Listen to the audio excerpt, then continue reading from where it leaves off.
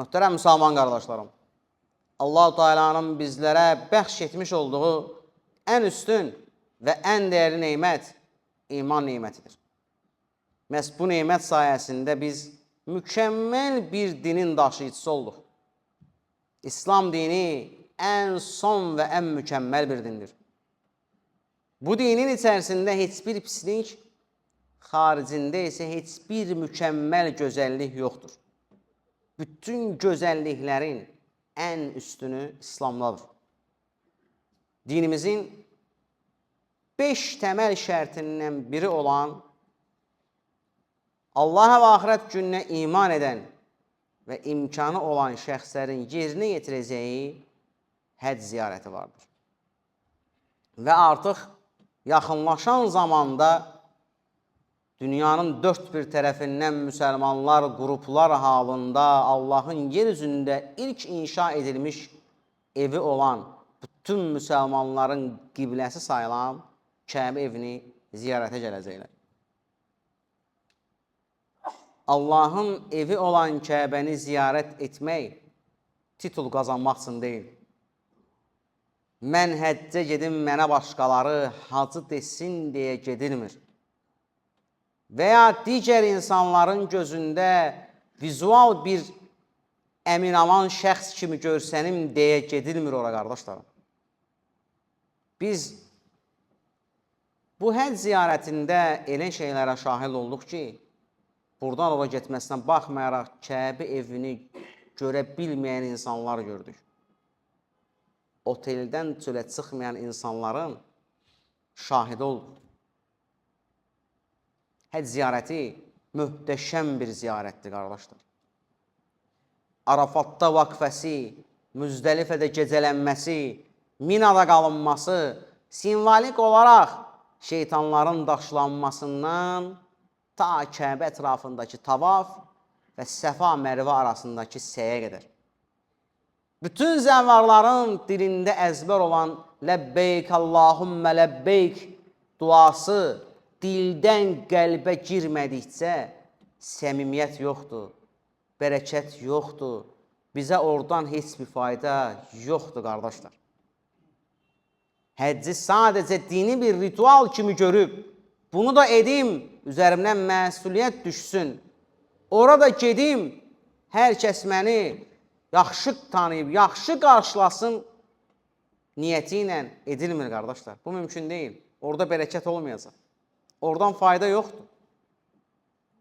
Mən hər cümə xütbənin əvvəlində hidayət neymətindən bəhs edirəm.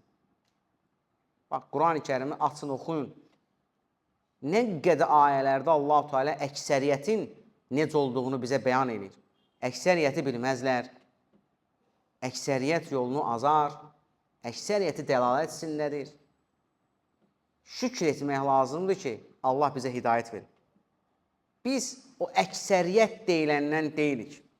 Biz seçilmiş, özünə neymət bəxş olunmuş, həqiqi mənada Allah-u Teala'nın sevdiyi bəndələrik. Bugün yer üzündə Allaha şərik qoşan, Allaha inkar edən, tanımayan, onun rəsuluna, əhl-i beytinə, sahabəyə dil uzadan nə qədər insanlar var. Allahın evindən kənarda Allahın əzanı ilə çağrılmasına baxmayaraq qulağı tutulub, gözü görməyən, qəlbi hiss etməyən, dili dönməyən insanlar var. Hidayət neymətin qədrini bilmək lazımdır, qardaşlarım. Allah-u Teala bu neyməti sevdiyinə verir. Bir insan bunu heç bir zaman öz çalışması ilə nə əldə edə bilməz, nə də kimsəyə hidayət verə bilməz. Bu dində, unutmayın, hidayət məsələsində Allah Subhanahu Teala hər şeyi özünə saxlayır. Allah Resulü sallallahu aleyhi və səlləmin zamanında yaşamağı arzulayan insanlara mənim deyəcəyim bir söz var. Qardaş, əlhamdülillah ki, biz indiki zamanda yaşayırıq və iman əhliyik. Biz bilmirik o zamanda yaşasaydıq Allah Rasulunun nəslindən olmasına baxmayaraq əmisi Əbu Ləhəb də ola bilərdi. Amma o nəsildən olmayıb, kölə olub Bilal Həbəşi də ola bilərdik. Hidayət böyük neymətdir. İslam, din əvəz olunmaz bir neymətdir. Bunun qədrini bilmək lazımdır. Allah-u Teala nə qədər insan içərisindən seçib bizə bunu nəsib edib. Biz çalışmalıyıq ki, bu dini gözəl yaşamaqla bərabər insanlara gözəl bir şəkildə çatdıraq.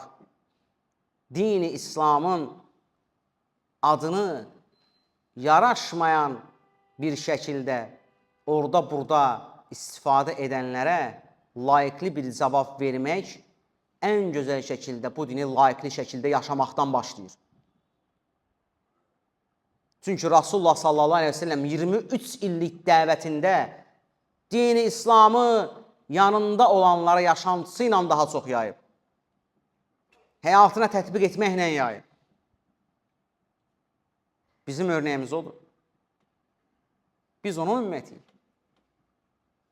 Odur ki, hidayət neymətinin qədir qiymətini mütləq şəkildə bilməliyik. Əksəriyyət, çoxunluq, digərləri kimi bəhanələr bizə yaraşmır. O bunu etdi, bu onu etdi. Biz nəyə iman getmişik? Bizim əqidəmiz nədir, qardaşlar? Hər kəs etdiyinin qarşılığını alacaqdır. Açın, baxın, Zilzal surəsində açıq ard-arda 2 dənə ayə var. Kim bir yaxşılıq etsə zərrə qədər qarşılığını görəcək. Kim də zərrə qədər bir pislik edirsə, onun qarşılığını görəcək. Başqalarının, unutmayın qardaşlar, başqalarının bizim haqqımızda dediklərinə görə, danışdığı sözlərə görə, düşündüklərinə görə biz Allah Subhanahu taala cavab verməyəcəyik, vallahi. Biz onlara görə cavab verməyəcəyik.